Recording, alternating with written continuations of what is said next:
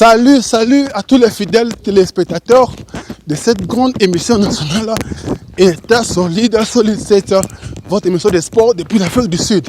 Quand nous avons mon Mambangu pour la regarder toujours ma fitness, mais mingi, nous avons rejoindre bande qu'on a ngai bobi que dans moment où dans le mouvement de ça avec ce moment où c'est un peu difficile en mode confinement, en mode lockdown. Alors nous avons rejoint les gens qui s'entraîner quelque part afin que nous avons question pourquoi est-ce que malgré le confinement, malgré le lockdown, mais tu continue toujours comme ça l'entraînement. Alors, la seule c'est que tout ce que tu fais juste après, c'est break, take down. État solide. Bonjour frères et sœurs congolais et congolaises. C'est moi, Karine Kounsevi, votre sœur, amie et connaissance.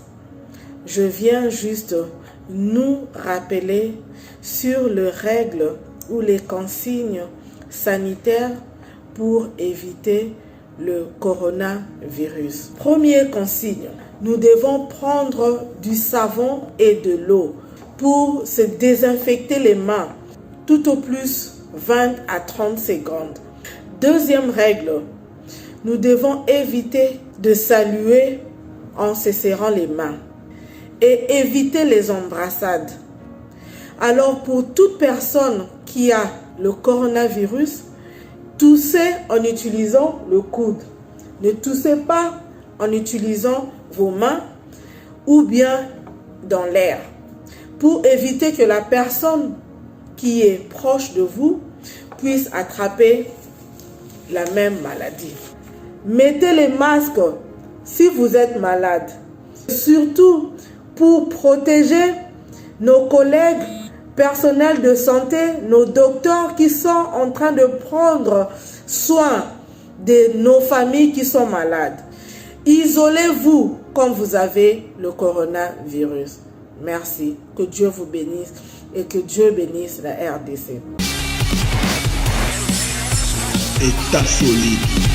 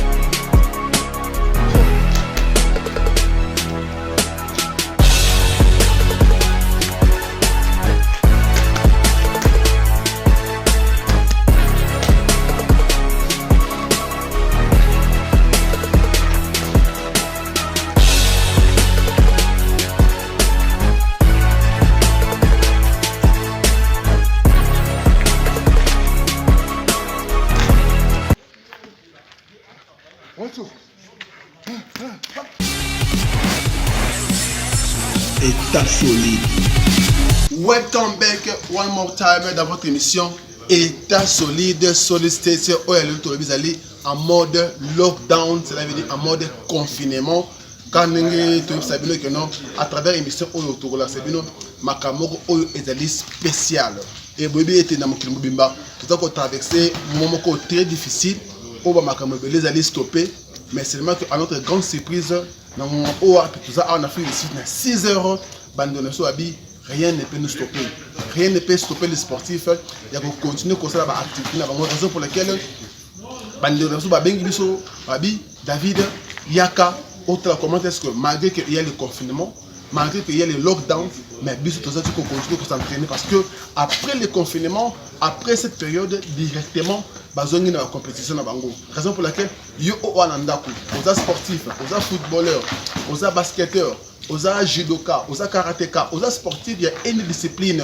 Lockdown, ils ont pour la bataille sous confinement, ils ont pour la bataille sous mais pour la lutte, cela veut dire que non, bien que la situation ils allaient arrêter pour la bataille tout, mais ils ont continuer à s'entraîner pour garder forme. Raison pour laquelle je vais demander à ceux qui me suivent afin de découvrir un peu qu'est-ce qu'est le confinement, comment est-ce que malgré le confinement, on va toujours continuer à s'entraîner. Venez avec moi.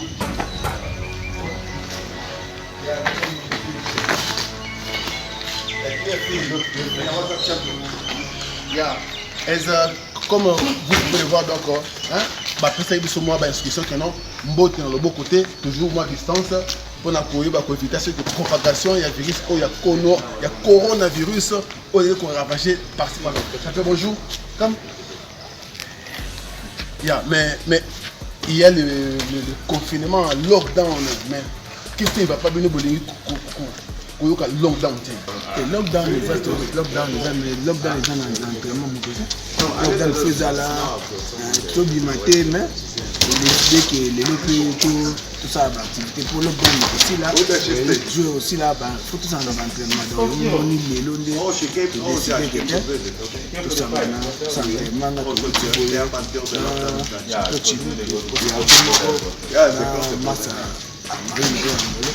mais le champion de l'Imazan, il y a 15 jours, je pense, exactement. 15 jours, on a peut-être aussi tout déjà entraîné par les alors what about athlète oyo ba venu pe mandaku bali ko kimambanga tambanga pamba te atoko beta mo stade na balé qu'est-ce qui se passe ba musu ba osa ba ntemaka na kati bandako mais moi obima ba no kimambanga ta biso mo kimambanga zaki moi utu ya biso boye et to ani toi boye ça tem si tu nous as bino boye ba te que lockdown c'est tout ça ntemaka na kati balé te mettre les gens en côté là là aussi beaucoup de monde là à mon gars qui on a tout le temps que beta bail moni ba yeah, you know the only love you because you play. Alors champion, félicitations d'abord pour la combat pour les gars dernièrement, c'était une grande victoire. Est-ce que au banaki ko expect que et que les gars kabo nengo au préparer au entraînement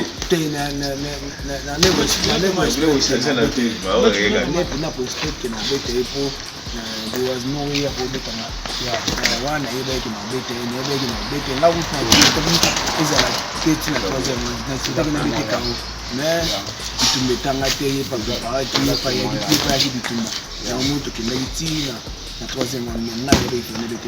exactement. Mais Badoussou va dire qu'il y a un bête qui n'est pas vengeance par rapport il y a comment les boss au bout on passe na yé pour les passer na mon donc nous autres on pour na bongo donc ils a qui babi qui na open the sentir le son na portail na yi non tu ka sentir fona gete on na join comment pour na kanda li passe na danger alors oui exactement oui chapelle baki abuna ki kombana parce qu'il fallait afuta nyongo ya kao azoka wana mari agade na kao te ninge akana ki mais victoire ça va vivre alors na tiki bino to côté sur côté la commentaire manifestation malgré il y a lockdown confinement parce que continue toujours qu'on ndongo na kata d'entraînement suivez et on se retrouve tout juste après. État solide.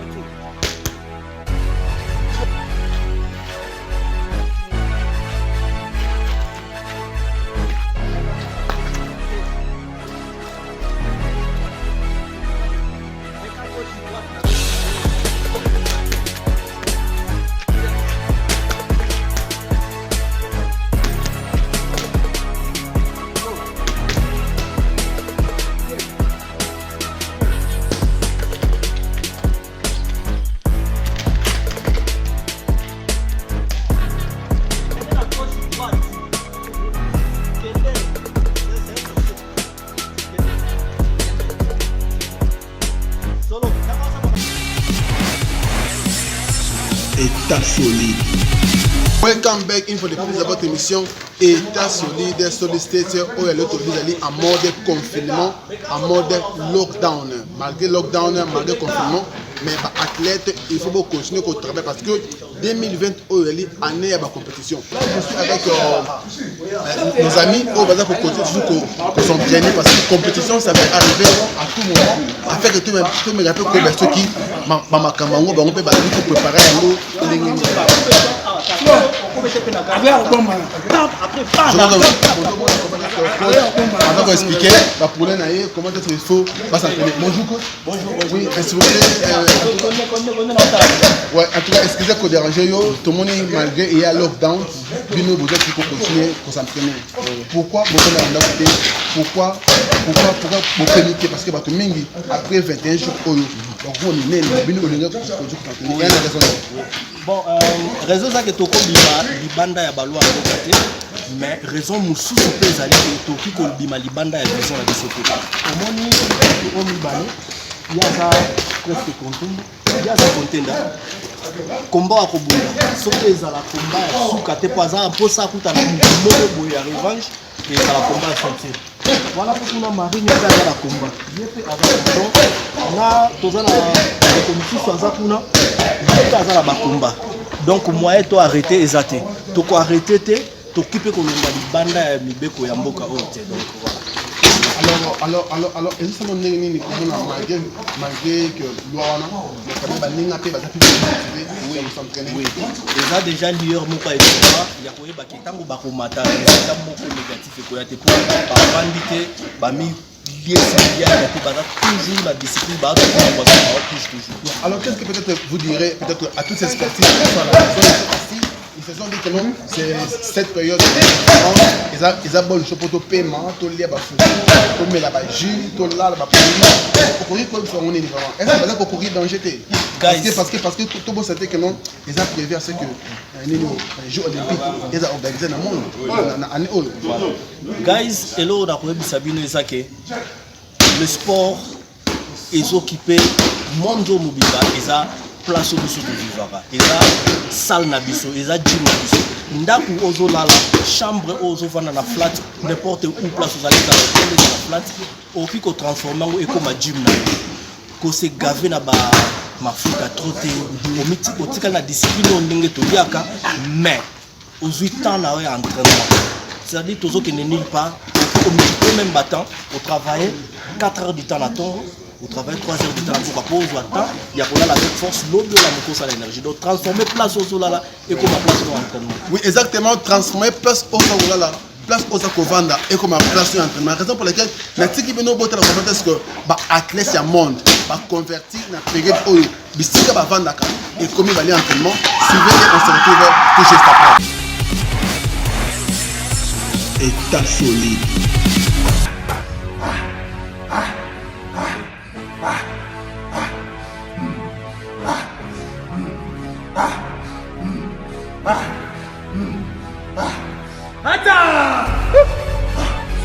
Switch your legs. That's it.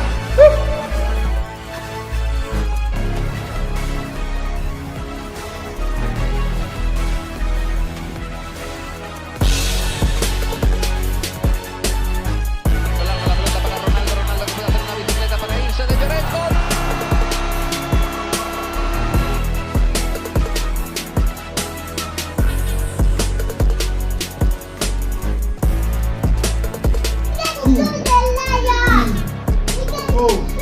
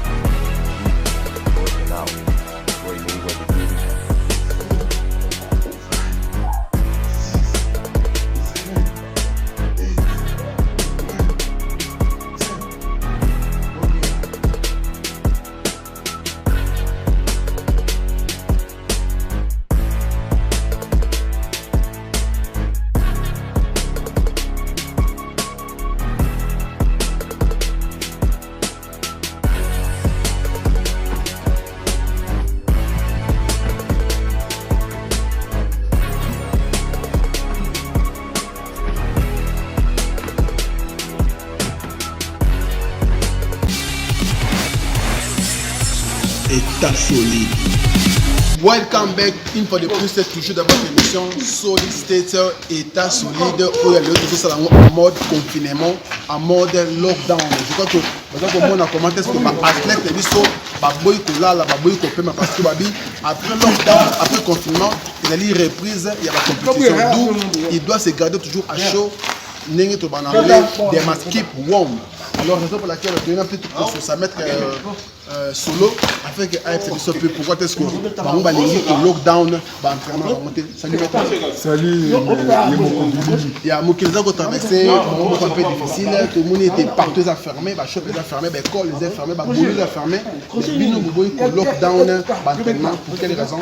Ok, d'abord ils allaient pour la santé na biso, ça c'est un. Et puis de deux autres bito, tout fan là, ça pour ça les logo moi ils a pas mini. Pourquoi ils a pas mini? Parce que moni ba maladie belé on a biso parce que tu fais ça moi pas pourquoi pour te chauffer quand tu es toujours mouvement za moto. Il y a un moment moyen que tu fan da boisa tu préférer que tika to ressaisir na quand tu vas entraînement petit à petit. Pour moderne que tu travailles na tu travailles bon ils a pour te pusher makasi. Mais bah monsieur abi que non, moyen pas s'entraîner parce que la sac et tika la gym ba running machine et tika la gym bah ouais, il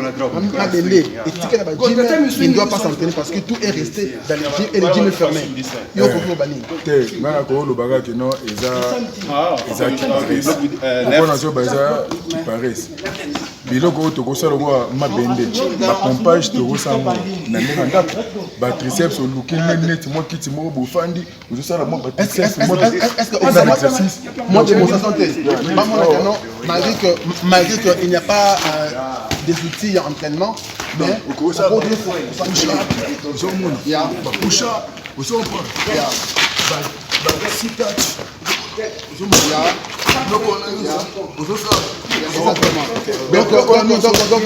c'est là que dit il n'y a rien qui peut stopper ce qu'un athlète a continué à préparer l'entraînement même en mode confinement. À côté de continuer. Bref, il y a un petit biseau. Tout entre biso, il y a pas professionnel. Là, il y a un professionnalisme. Tout ça, pour tout ça, il y a toujours pas donc toujours en mouvement.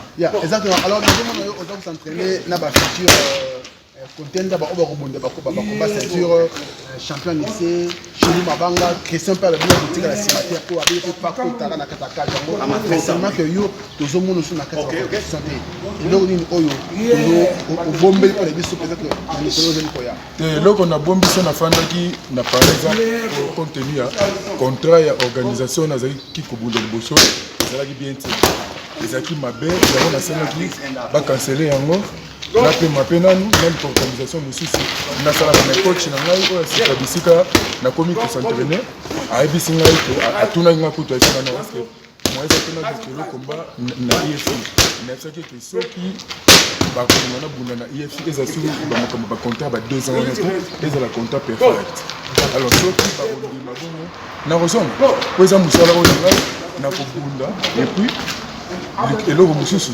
eza likambo ya mbongo alors donc babiloko wana nyonso eza babiloko esengaki ke nasala siko focus na baentraînement na nga mais na bacoopération mosusu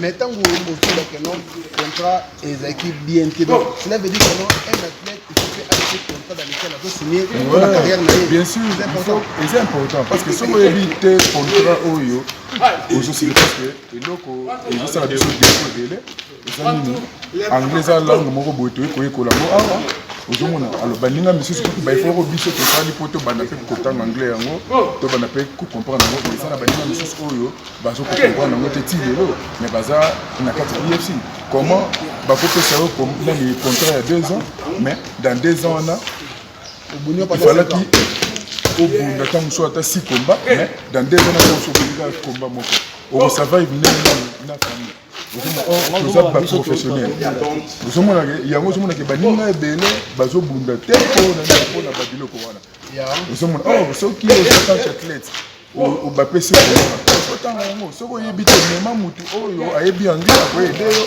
interpréter le contrat na ko yebelo au soulever l'homme où c'est très important du camion il y a pas contrat est-ce que l'expérience aux na sport na biso parce que objectif il y a état solide des accords on a biso na et on a niveau bino a besoin de na ba contrat mais peut-être mingi na ba konga biso na ba bunisa bana ba to ça ba contrat parce que na kata contrat de assurance ezali na kata contrat de ni mbongo ezali na kata contrat makamuto oyo kanaki il y a kata contrat alors yo il les amis par rapport et ba makamuto oyo la Congo sans contrat sans trace wana il faut l'état siko abanda ko cha bato bongo maboko so l'état na biso abanda cha bato ya bongo maboko kozala bien eza risque ya bandeko na biso risque ya bato bazo pratiquer arts martiaux et puis ce n'est pas bien on eza ko use bana bato tant mususu omona moto azo sinisa contrat wana tant mususu yesa lelele bambongo azomona loi na musala oyo zo saleza pamba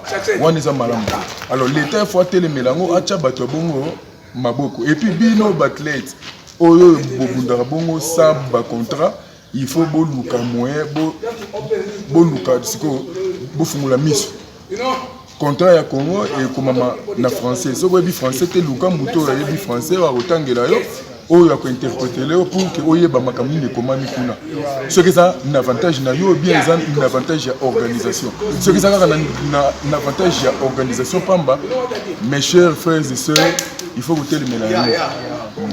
Alors bientôt, athlète il faut se préparer pour les Jeux olympiques. Il y a des disciplines presque non sort. Tout le monde a marqué ça la magnet malgré lockdown, il y a besoin de chauffer une autre.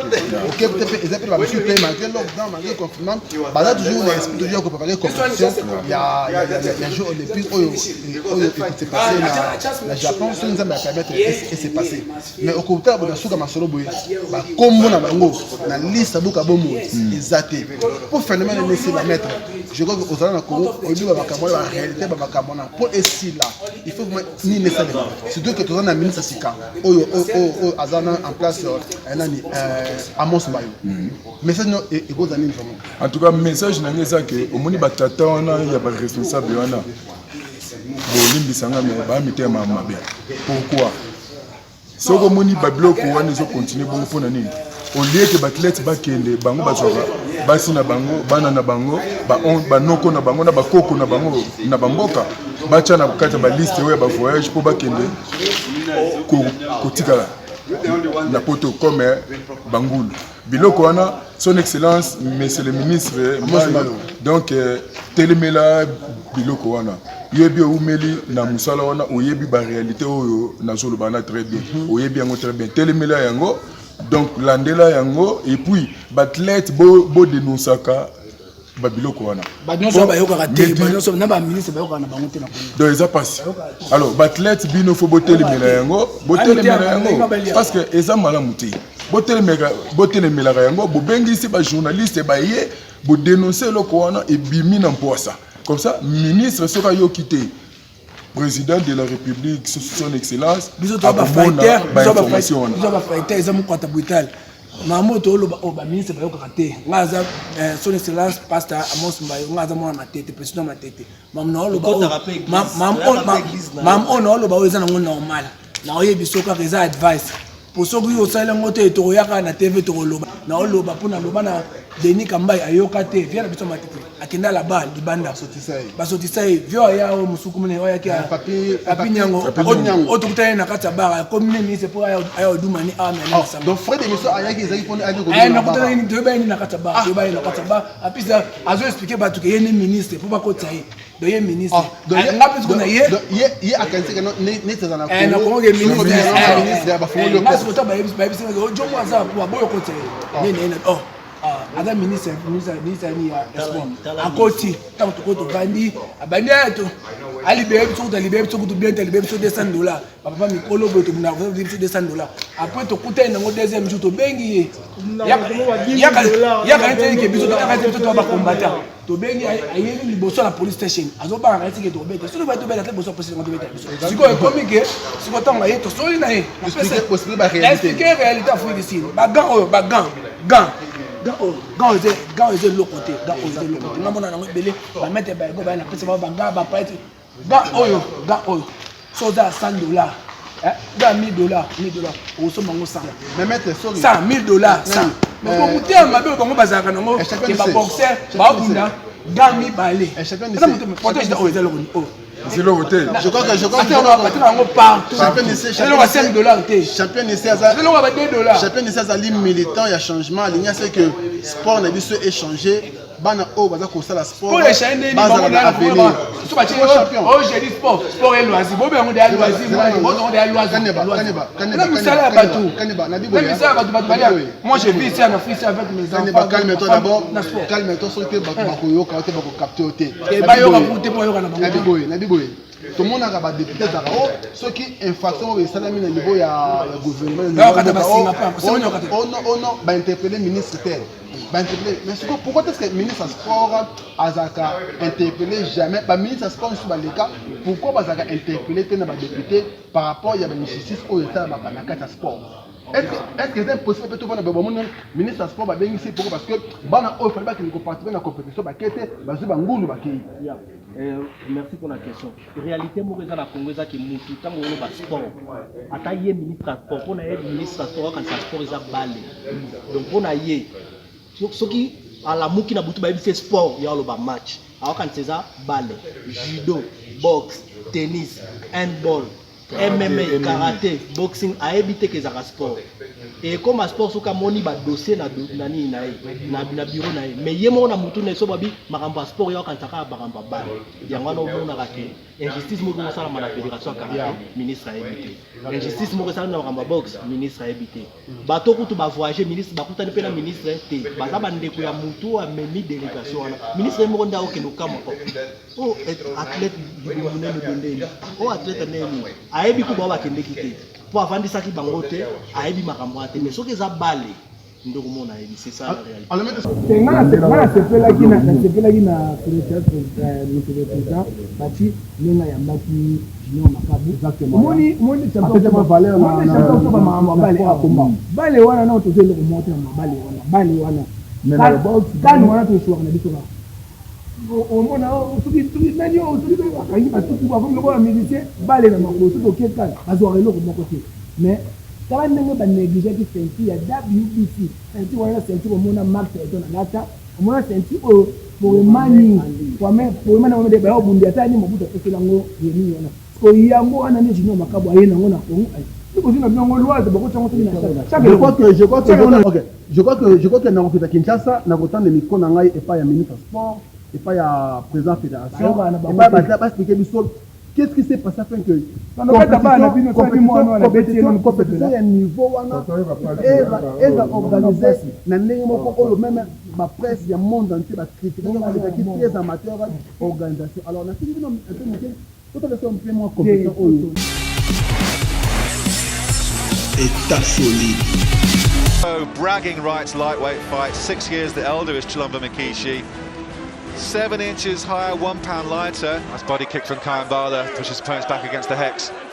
No reason to waste any time. Pulling guard is Mikishi. Great jiu-jitsu. Nice scramble. Kayambala. Oh, it's a beautiful right uppercut. Oh, and then charging in, Kayambala. Chilumba Mikishi going to the body. Too reckless, or he might get flattened.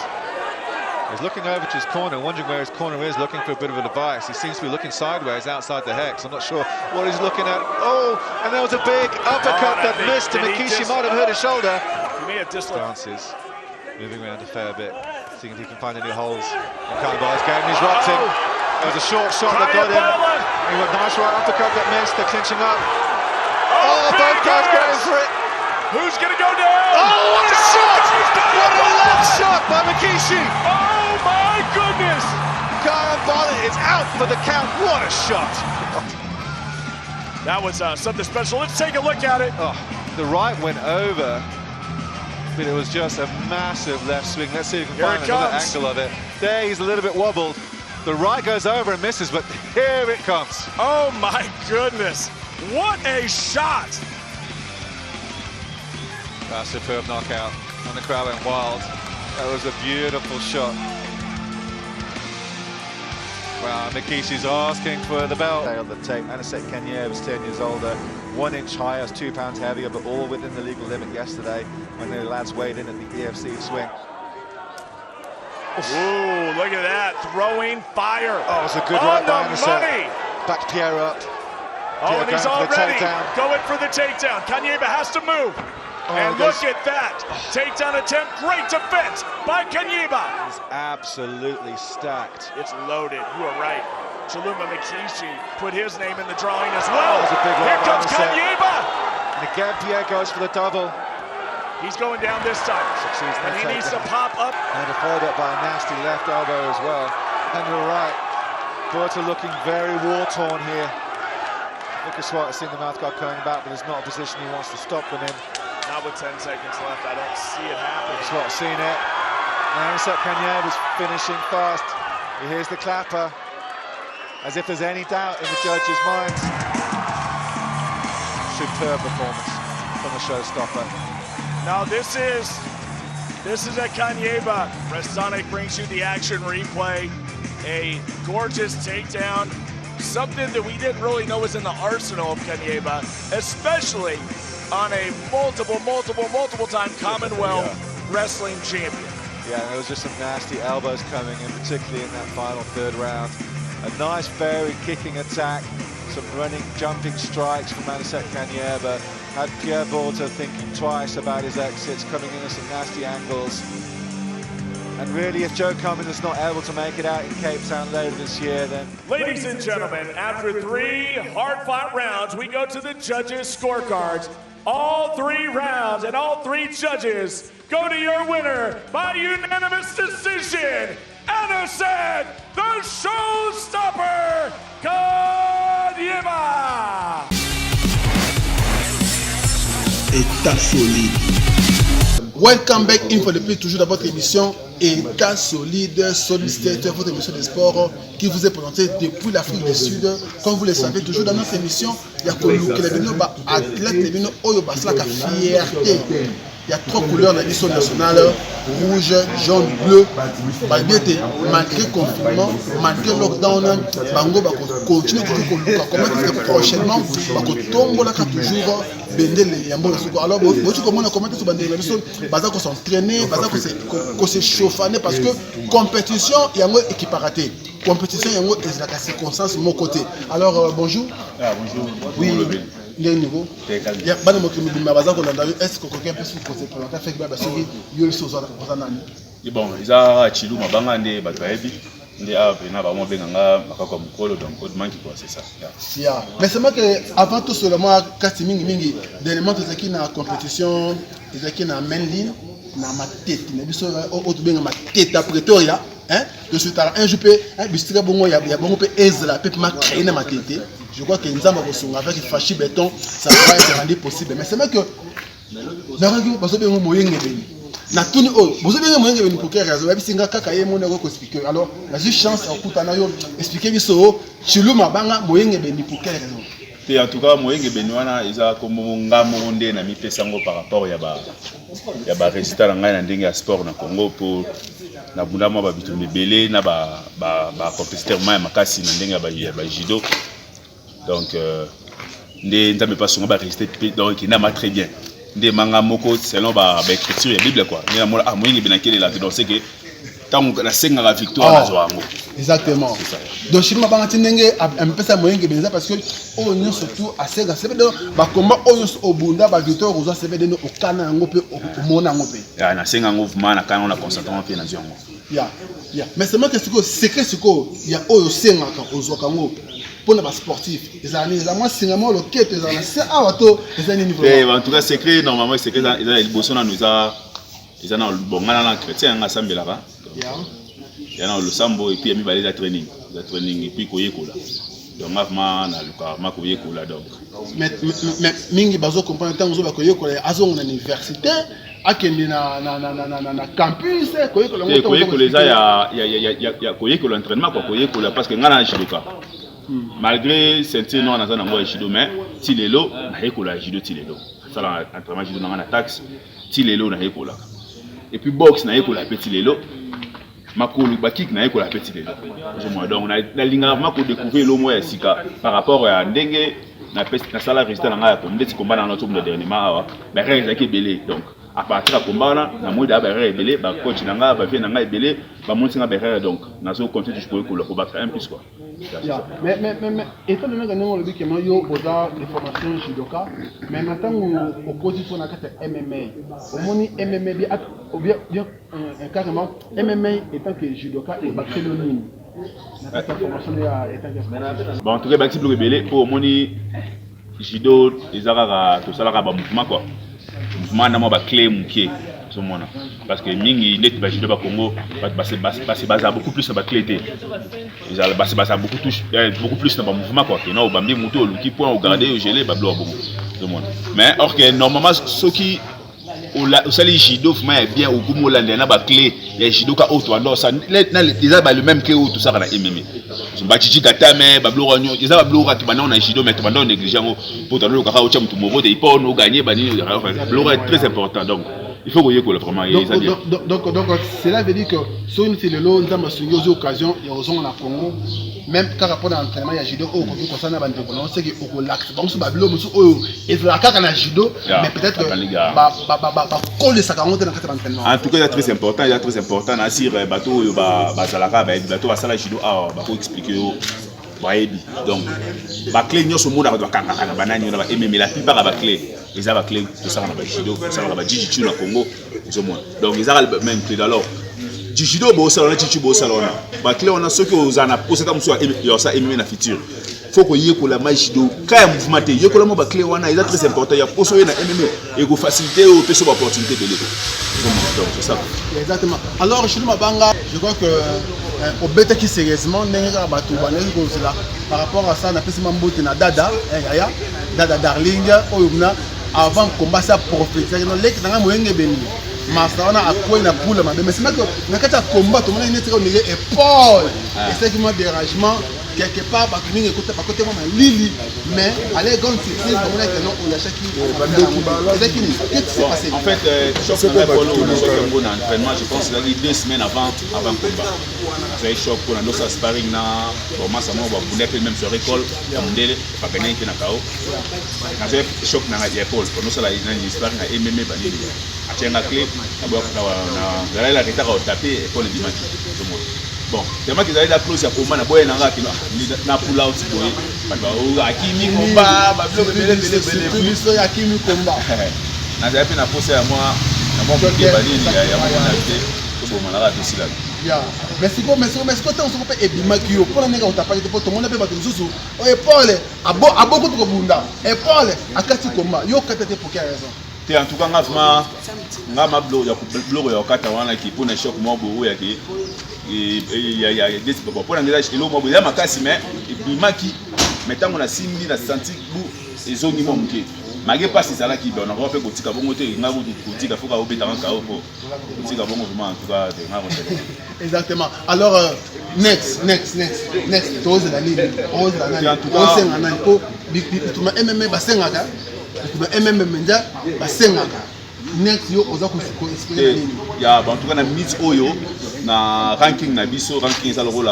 na classement na biso ya catégorie nanga na ça le rôle 3e personne sur mon apo ils en a champion isa zali ils en a battu sur bazali na le rôle 3e personne donc champion c'est ton éclair moko yem to bunda pour na sentir alors ni na bona le roi détenteur non c'est là yé na mutu o bache o ba bunda sentir donc détenteur na banga ça le roi non c'est là donc o apulora out ngana mamo in donc vitesse exactement alors moi bambo tout ça la babi banga ya tasoli le salaire déjà bon en tout cas on a fait avant pesa bambo tenga na pesa mbo tenga moko grand maître ba pété hein ba pété ba mettre chaleur ba pété donc il y a comme entrepreneur ya en tout cas mbo tenga pesa ya liboso na na famille nanga na Congo mère na ngai ba sœur nanga tout et puis na maître nanga maître chaleur maître de guerre maître Randy maître robot donc bamasa nanga tout ya ba judoka et puis ya ba sport mususu en tout cas bambo tebele puis vient nanga testament et puis na ba tout état solide.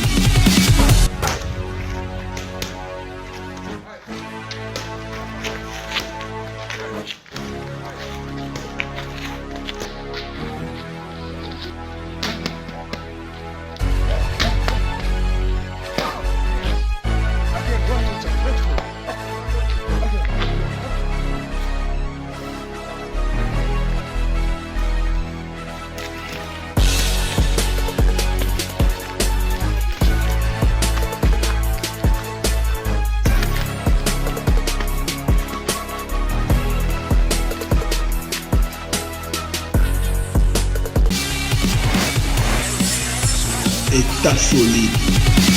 bandeko na ngai oyo batombola drapeau ya mboka ndenge biso pe totombolaka drapeau ya mboka mpona honneur ya Congo ngana osenga na bino il faut travail individuel ezali okoki kofanda te tant que oyebi ke okende obunda etumba okoki otombola bendela mboka quel que soit baproblème oyo ekomi baconfinement oyo elobi te qu'il faut fanda un boxeur okozwa temps na palais okosa bashadow na yo okosa badomino na yo ozobeta corde na je crois que bana kine bozomona ba image comment tu mettre na ndako na s'entraîner et puis bon naza vraiment ko s'entraîner ba image ezali bon mona ba image naza ko s'entraîner nazui espace na travailler cardio na travailler presque tout na lukana garder forme na nazo travailler ba gradin kana immeuble o nazali on a garder forme donc ici na preto ya on bosse. Et puis na bisi bino bo monde ba komba oyo goya bo monde ba matière performance penga moko pe na osonga na zo bunda kala mingi te awa po ba biloko bo monde ka ba performance ko pesa parce que on s'entraîne tant net na temps oyo ba tebele ba fandi mais biso tozo soit temps ya robosser donc tozo soit temps ya robosser donc c'est vraiment ça. OK, ya moi ba mbote ba pété mettre chaleur sur la biso et ça toujours bien. Ah, maître mission na poto soit na maître. Ba bien comme entrepreneur que wana biso to utina maître boeti be élévation mamutu wana papa nanga. Papa nanga ndenge nazali lelo ninja force a contribuer ebele ça maître de guerre d'été, maître paille, maître lomboto et puis mutu ayo ko fungola biso ayo ko fandisa biso esprit c'est maître chaleur ba pété que je salue maître. Bon maître na ole la mabe maître oyebelo ni na ole la maître. Napesi maître Robombote d'été na mai napesi maître na maître Randimbote napesi maître Ghana Chian Ghana os maître Robo donc napesi maman na Chada Mbote napesi belle famille na ngai ba ifanya nyos tumbote donc toujours mi batela bien et napesi pe madame na ngai gete fanya na bana nyos tu Richina Carlis na famille Bolua Mobimba mère na mère Chada na pesi bino mbote la